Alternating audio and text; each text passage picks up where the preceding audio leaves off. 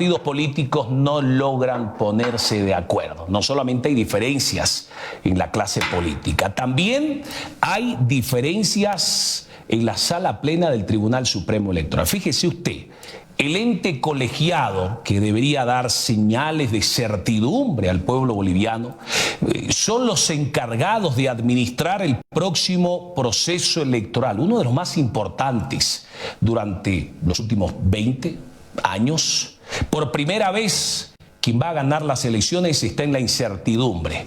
Por primera vez el pueblo está expectante y tiene la esperanza de llevar adelante un cambio a través del voto en las urnas. Pero sucede que instalaron sala plena la mañana de este martes, no se pusieron de acuerdo. En la tarde volvieron a instalar sala plena y como ya no se pusieron de acuerdo, deme la foto de los 6 vocales, por favor.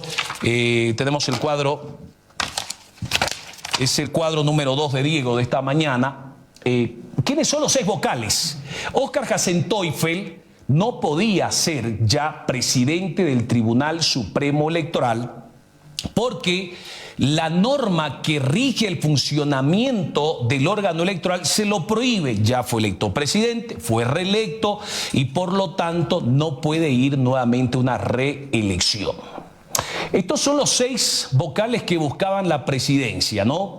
Hay allí un delegado presidencial, el vocal Gustavo Ávila, está el doctor Tawichi a su manera, está el doctor Francisco Vargas, que ha dejado de ser vicepresidente, Yajaira San Martín, Nancy Gutiérrez y Neri Arista.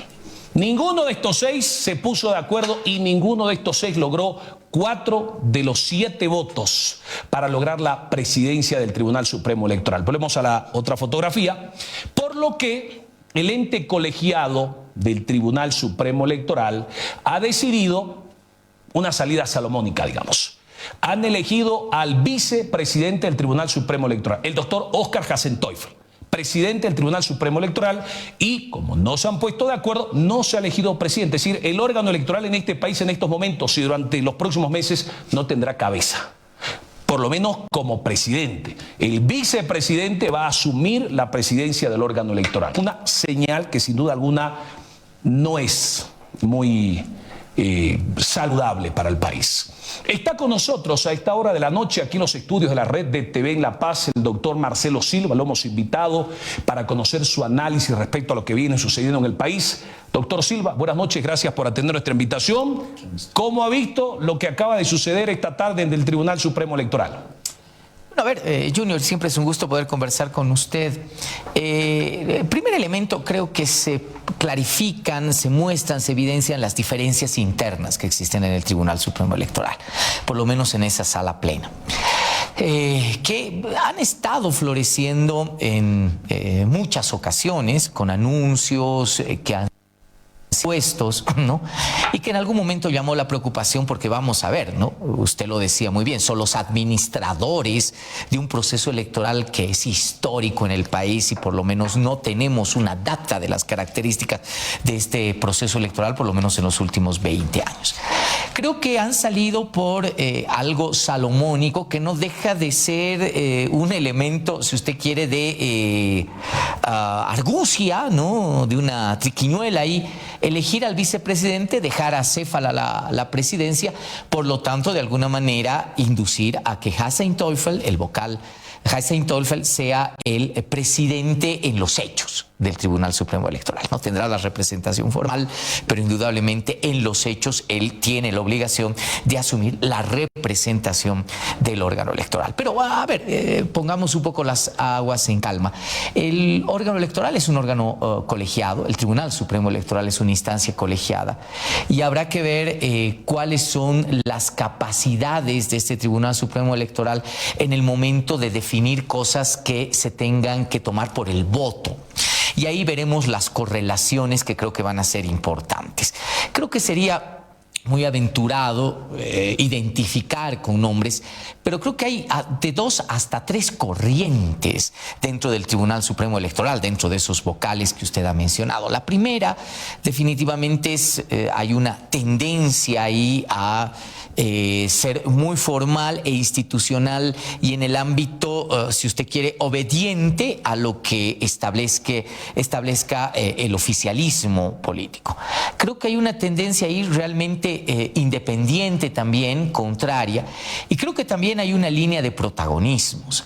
A mí me preocupa mucho, Junior, que el Tribunal Supremo Electoral no haya nombrado a un vocero oficial. Usted recuerda hace ya bastantes ejercicios de Tribunal Supremo Electoral, el presidente o se delegaba a alguien que ejercía la vocería del órgano colegiado, así nadie hablaba por su cuenta. Recuerdo muy bien, con mucho cariño, a quien en paz descanse, Jorge Lasarte, que en su momento era la extinta Corte Nacional Electoral. Recuerdo muy bien a, por ejemplo, doña Dina Chuquimia, que en algún momento asumía esa vocería, o en el caso de las anteriores elecciones, Salvador Romero era el presidente y a la vez el vocero único del Tribunal Supremo Electoral. En el último tiempo parece que todo el mundo se ha propuesto lanzarse al estrellato y decir cosas que en algún momento pueden sonar contrarias. Ahora, esto no le hace nada bien a, digamos, no a la democracia, no le hace nada bien a los ciudadanos, porque si no se ponen de acuerdo para elegir un presidente, imagínense usted administrar un proceso electoral de semejante envergadura, donde los bolivianos quieren certidumbre, señales, transparencia.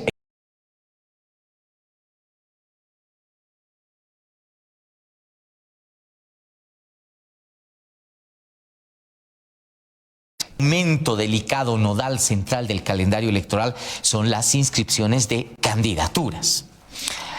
Pasa por la sala plena del Tribunal Supremo Electoral la habilitación o inhabilitación de candidaturas. Uno se pone a pensar y dice, caramba, puede ser de que en el momento de tomar decisiones importantes pueda presentarse esta imposibilidad de llegar a consensos. ¿Y qué va a pasar en ese momento?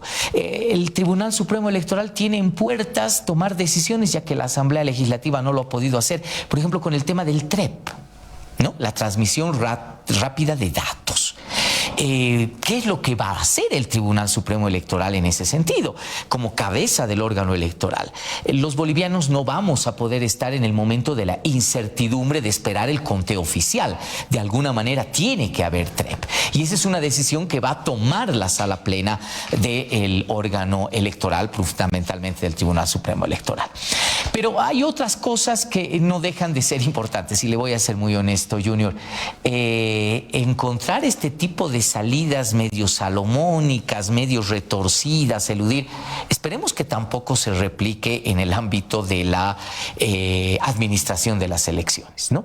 Creo que este es un elemento que genera ciertas dudas sobre el Tribunal Supremo Electoral, pero bueno, vamos a darles el voto de confianza y el voto de fe en el sentido de que las elecciones puedan ser transparentes y puedan ser además prolijas, que ese es el detalle que se busca. Claro, cuando usted dice estas salidas medias retorcidas, es decir, no eligen presidente, eligen vicepresidente, porque ninguno de los otros 6 ha logrado los 4 votos, entonces, bueno, no hay cabeza como presidente, el vicepresidente va a tener que asumir, y bueno, es una jugada jurídica, digamos, administrativa, porque el ordenamiento jurídico y el estatuto, el reglamento del TC no permitía que Hassan Teufel vuelva a ser electo presidente. Maniobra, así se llama, ¿no? Es una maniobra, es decir, no podemos elegir presidente, no nos ponemos de acuerdo, tenemos diferencias serias para elegir presidente de sala plena del Tribunal Supremo Electoral, entonces iremos a una solución que no vaya por la elección del presidente. Ratifiquemos o elijamos a Hassan Teufel vicepresidente y así le damos la continuidad en el mandato.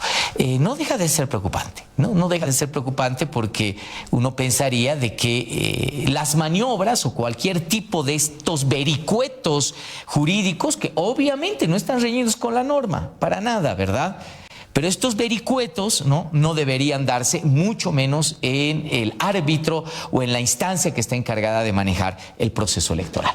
Ahora, doctor Silva, aprovechando su presencia, ¿cómo ha visto usted, decía yo, parece que este tema de las primarias digitales ciudadanas van a incomodar a más de uno? Porque fíjese usted, más allá de la legalidad, estas primarias ciudadanas parecen tener mucha más legitimidad. Es decir, una encuestita, decía yo, pues 1.500 personas encuestadas de un universo de ¿cuánto? 10 millones de electores, parece ser una burla para definir y decirle al ciudadano, este está primero, este está segundo, este está tercero. Se han dado y se han llevado adelante las últimas horas primarias digitales ciudadanas a la cabeza del búnker. Deme el cuadro, por favor, con el doctor Silva. Más de 755.000 votos. Digamos que la mitad de los votos no sirvan. No vamos a ser generosos. Hablamos ya de 300.000 votos frente a 1.500 personas encuestadas. ¿Cómo hay que entender? Deme los resultados finales, por favor, porque en esta encuesta del búnker, parece que, decía yo, la encuesta que publicaron estaba patas para arriba, ¿no? Porque sucede que los que están primeros están de últimos y los que están de últimos están primeros. ¿Cómo hay que entender esto? Donde Manfred es la sorpresa, digamos, aparece con la mayor cantidad de votos, le sigue Tuto muy de cerca y Samuel un poco más distante. El que sorprende es Dun, digamos, ¿no? Sí, a ver, yo creo que hay algunas cosas que hay que puntualizar, Junior, que me parece son importantísimas. A ver, el primer elemento es de que hay momentos, ¿no? El trabajo del búnker es, sin duda alguna, importante, no merece ningún tipo de descrédito, es una iniciativa independiente, pero primer elemento, ya no hay posibilidad de primarias para nada, ¿no? Para nada. Esta se convierte en una encuesta de percepción electoral, que no deja de ser importante, ¿no? Por los resultados. Ahí usted lo tiene a Manfred Reyes Villa como, si usted quiere, el mejor posicionado en este momento en las candidaturas. Me da la impresión que está ganando espacio después de haberlo perdido, de haber estado estacionado. No deja de ser importante. Lo tiene usted a Tuto Quiroga y muy detrás, esa es la noticia y la sorpresa, ¿no? Lo tiene usted a Samuel Doria Medina. Pero más allá de estos resultados que serían una encuesta, las primarias ya no se pueden realizar. El plazo para la inscripción de frentes políticos, alianzas, ha fenecido. Y es más, hoy día el órgano electoral, el Tribunal Supremo Electoral, ha ratificado las alianzas, las 5 que se inscribieron ante el órgano electoral para la ciudadanía. Eso nos obliga a tener 13 candidaturas. Habrá que ver qué es lo que pasa con Pambol y con Frente para la Victoria, cuya situación todavía no es muy nítida, pero tendríamos de estos partidos ir normalmente a la elección 13 candidaturas a la presidencia, es decir, 13 franjitas va a tener su papeleta electoral. Ahora, el momento en que se presenten los candidatos, la realidad es absolutamente distinta. Habrá que ver con qué partido van, en qué condiciones van, etcétera. Pero hay un segundo momento que me parece importante, Junior. Tanto en el lado de la izquierda y la derecha, para hacer una división simple a la cual yo no me adscribo, el voto útil va a ser absolutamente definitivo. A ver, a mi criterio, el bloque de las oposiciones políticas radicales, fuertes al movimiento al socialismo y a todo lo que significó este tiempo de gobierno, van a empezar a testear entre Tuto Quiroga, entre Samuel Doria Medina, entre Dun, ¿verdad?, que son en este momento los más radicales, y probablemente sea el voto ciudadano el que establezca una diferenciación. Si Manfred Reyes Villa, por ejemplo, tiene la capacidad, que sí podría tenerla, de darle una opción de centro electoral al país, yo creo que Manfred Reyes Villa podría consolidar esto junto con Chi, probablemente va a disputarse ese espacio, se disputará, habrá que ver quién es el candidato de la UCS, etcétera. Pero, sorpresa, el voto útil también va a ir para el lado de la izquierda. Arce y Andrónico, que parecen estar en carrera definitivamente, se van a disputar el mismo nicho electoral. ¿no? Entonces ahí también tendrá que haber una noción de voto útil, veremos cómo reacciona el electorado para decantar o depurar quién pueda tener las mayores opciones. Creo que ese es el escenario que en este momento se pinta, Junior. Ahora, déjelo allí, por favor, doctor Silva. El gran ganador, el gran perdedor de esta primaria digital ciudadana, porque lo vemos a Dun, que subió como la espuma en la cerveza, y lo vemos a Samuel, que no había estado tanto como nos los pintaron, digamos. A ver, ¿quién gana en este resultado? Si usted quiere hacer el análisis, sin duda alguna, es Manfred Reyes Villa, que en las últimas encuestas, antes de ser reguladas por el órgano electoral, había mostrado un estancamiento en su crecimiento electoral, es decir, ya no crecía más, y al revés, ¿no? En algunas encuestas hasta se le mostraba en bajada. Ahora esto revela que si es, como usted decía, siendo muy, pero muy duros, la mitad de los resultados, etcétera, de credibilidad, estamos hablando de un remonte de Manfred que no deja de ser importante y central. Creo que Manfred en este momento es el que mejor rédito saca de estos resultados. ¿El gran perdedor? Samuel Doria Medina, que se mostraba no solamente como el mejor candidato posicionado de este bloque de unidad que se hacía, eso es lo que se nos vendió, eso es lo que se nos dijo que había, ¿verdad? Sino que es superado por Jorge Quiroga dentro de ese bloque. Pero creo que Samuel iba más allá. Creo que Samuel pintaba a ser el candidato mejor posicionado que enfrente al movimiento al socialismo. Y esto lo sitúa en un tercer lugar, pero además con una distancia muy interesante, si usted se da cuenta, en relación a Manfred y Tuto. Claro, no vamos a entrar al vericueto de lo que hoy día dijeron los del búnker en relación a la intencionalidad de Samuel de esto, del otro, de conversar con ellos y modificar este resultado, pero indudablemente este es un golpe duro para aquellos que creen en esta encuesta, en esta primaria ciudadana para Samuel Doria Medina. Ahora, doctor Silva, hemos hablado de estas primarias. Le voy a mostrar esta imagen porque Luis Arce está en serio, no está jugando. Hay muchos que pensaban que estaba haciendo el quiebre de cintura para que le llamen, para que le ofrezcan. Deme la imagen, por favor. Don Luis Arce se fue a Santa Cruz, se fue a Potosí, estuvo en La Paz, estuvo en Sucre y no sé en alguna otra región del país, pero en 5 de 9 departamentos fue proclamado unos discursos efusivos. Que se prepare la derecha, dijo, vamos a mostrarles de qué estamos hechos los masistas. ¿Cómo hay que entender esto, doctor Silva? Un Luis Arce, bueno, las encuestas, digamos, 1%, ya después de ver la primaria digital, no sé si será tan bajo que está Luis Arce. De que está mal, pero 1% ya no sé tan bien. Pero fíjese usted, Luis Arce va en serio, doctor Silva. No, sin duda alguna, ¿no? Ayer prácticamente aquí en La Paz ha aceptado el desafío de correr electoralmente. Creo que además los voceros del Pacto de Unidad y del Movimiento al Socialismo ya dejan deslizar la gran posibilidad de ratificar la candidatura de Luis Arce entre el 10-11 de mayo, el momento en que el Movimiento al Socialismo va a va a dar el nombre oficial de la candidatura.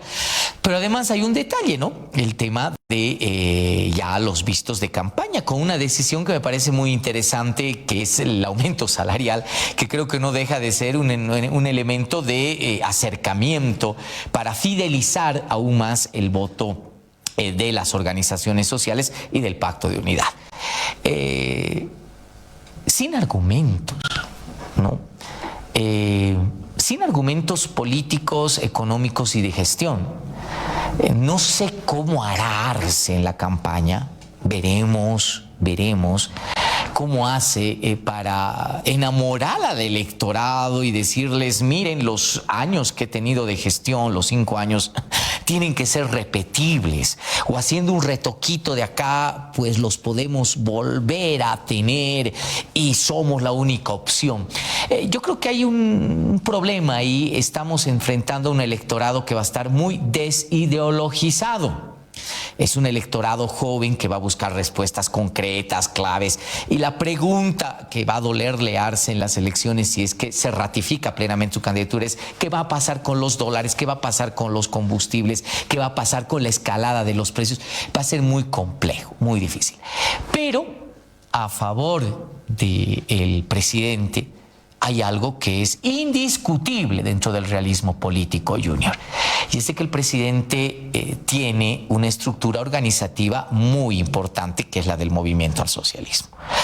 Este es el único partido, a mi criterio, en el país que realmente es partido, que tiene una organización importante, que tiene cuadros de operacionalización política que salen del ámbito formal, institucional, partidista, ¿no? Entonces, por eso es un partido grande. Toda esa estructura, todo ese mecanismo parece que va a estar a disposición del presidente Luis Arce. No es cuestión menor. Y la segunda, tiene el aparato estatal, el aparato burocrático, que no solamente le implica recursos, capacidad de movilización de gente, sino también fidelización de votos por una razón sencilla, ¿no? Mucha gente, y estamos hablando ahí de decenas de miles ahí, van a cuidar su pega y obviamente se van a convertir en una maquinaria importante de reproducción del Estado. Entonces, comparto con usted que no será el 1%, ¿no? Pero indudablemente más allá del 6-7% de una proyección electoral que podría tener el MAS en esta elección, uno no sabe qué argumentos realmente van a ser altamente sorpresivos y observables, nos podrían dar argumentos para pensar que Arce podría ser reelecto. Ahora, en esta pelea que hay al interior del MAS, doctor Silva, ¿le creemos o no le creemos a Evo Morales? Porque lo voy a invitar a que escuchemos. El domingo dijo, a las 7 dijo una cosa, a las 11 dijo otra cosa. A las 7 dijo, conversé con Andrónico, dijo, y le pregunté si quería ser candidato y le dije que lo iba a apoyar. Andrónico se quedó callado, dijo. 4 horas después dijo, Andrónico no puede ser candidato, ha firmado un documento y nadie puede ser candidato excepto yo, de acuerdo a las 6 federaciones. Pero vamos a escuchar lo que dijo Evo. Dijo,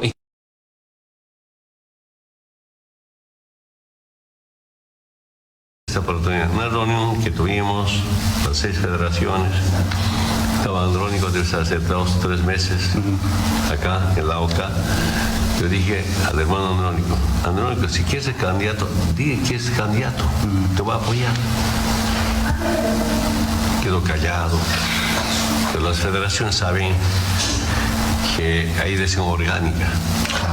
Y después, también sincero, después de conocer la situación económica, da miedo ser. Doctor, ¿lo escuchó? ¿Le creemos o no le creemos al señor Evo Morales? A ver, después de un conflicto de extremado narcisismo, escuchar este tipo de declaraciones sonarían a una resignación y casi retiro político, ¿no? Por lo menos para este proceso electoral. Dos cosas que me parecen importantes sacar de estas declaraciones.